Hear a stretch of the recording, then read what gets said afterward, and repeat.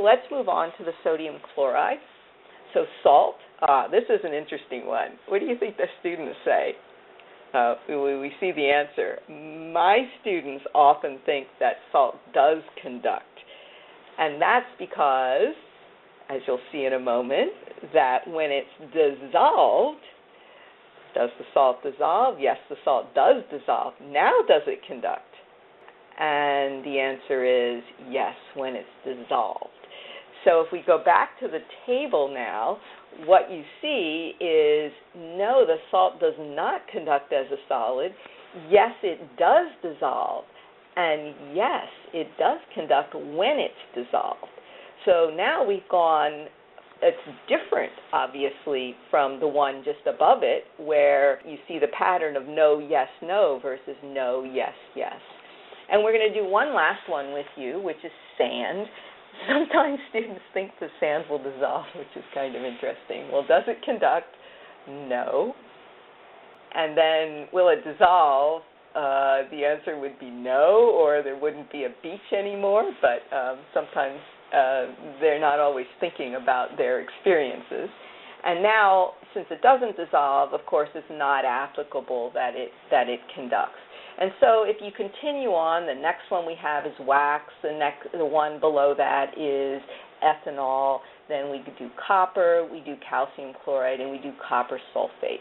And what we're going to see in a moment is that after the students have gathered these data, that there are some patterns that emerge.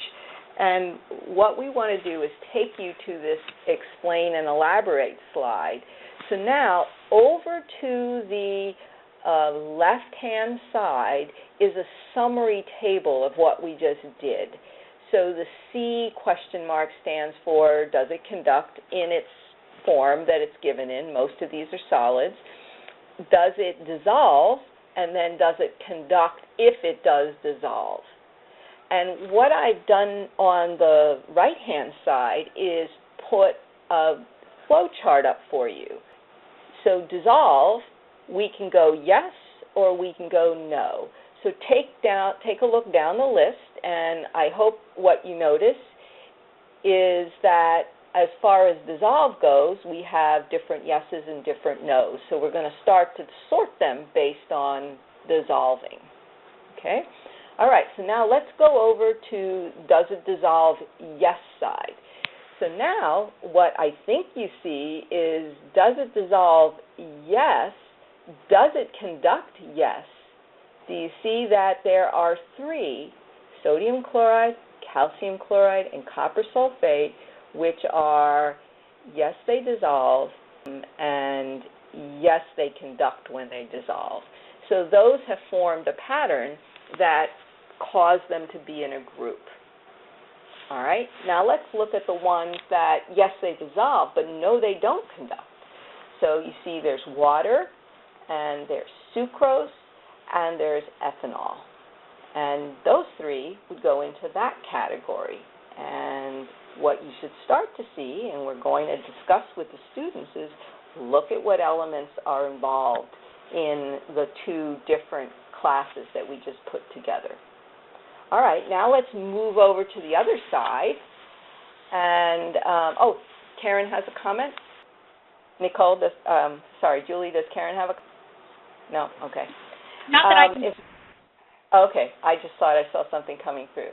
All right, so now if we go over to the other side where it doesn't dissolve, let's look at whether it conducts as a solid. And what we see is that the only ones that conduct as a solid are aluminum and copper. Okay, so they don't dissolve and they do conduct. Again, look at where these things start to think about where these are on the periodic table and what the pattern is.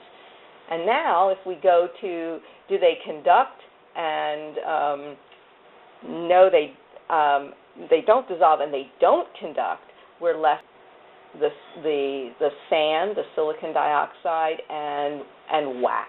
And so you see that these have all sorted very nicely into a number of classes. So now let's move on and start to ask the question, how are they related to one another? So before I go into the I'm going to move into the explain and elaborate, I'm wondering if I can give you just a chance to tell me one pattern that you see in terms of the elements that are involved in each of these categories. So what might students notice if they now see this chart fully built out? What might they notice in each category? What might they point out to you?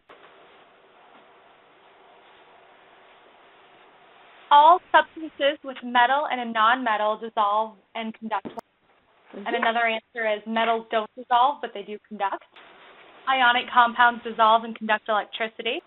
And the students haven't heard the word ionic yet, but that's going to be introduced very quickly, very soon. And sometimes when students use the words that maybe not everyone in the class is ready for, I simply just say, so what do you mean by that? Can you say it in a different way? Another Anything answer, else? The single elements don't dissolve, but they do conduct. Yep. And what are those single elements? Are they metals or nonmetals is a good question to ask. All substances with carbons, hydrogens, and oxygens dissolve and don't conduct. And then another question is, what if we use a non-metal element?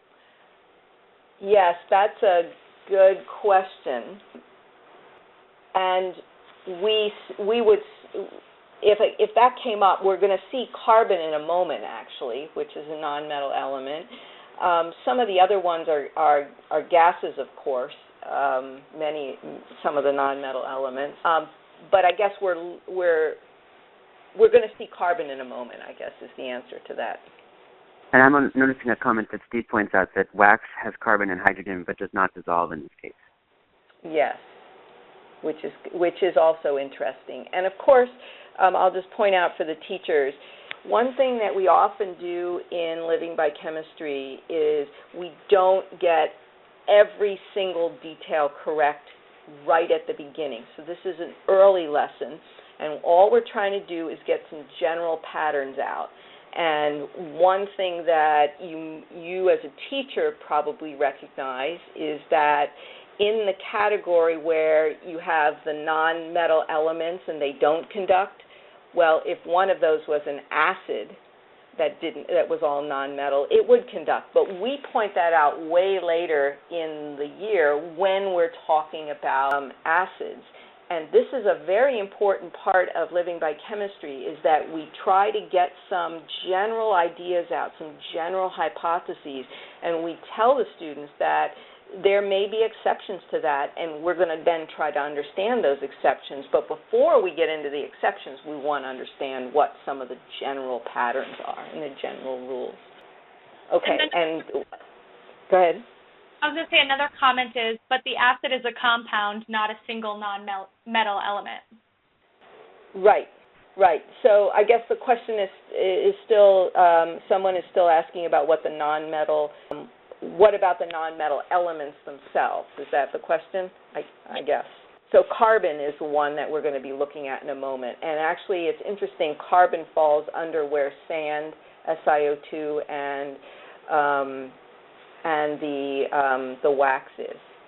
And we're going to look at how the electrons are arranged in those in kind of a general way to try to understand why the non-metal elements seem to be dividing up into two categories.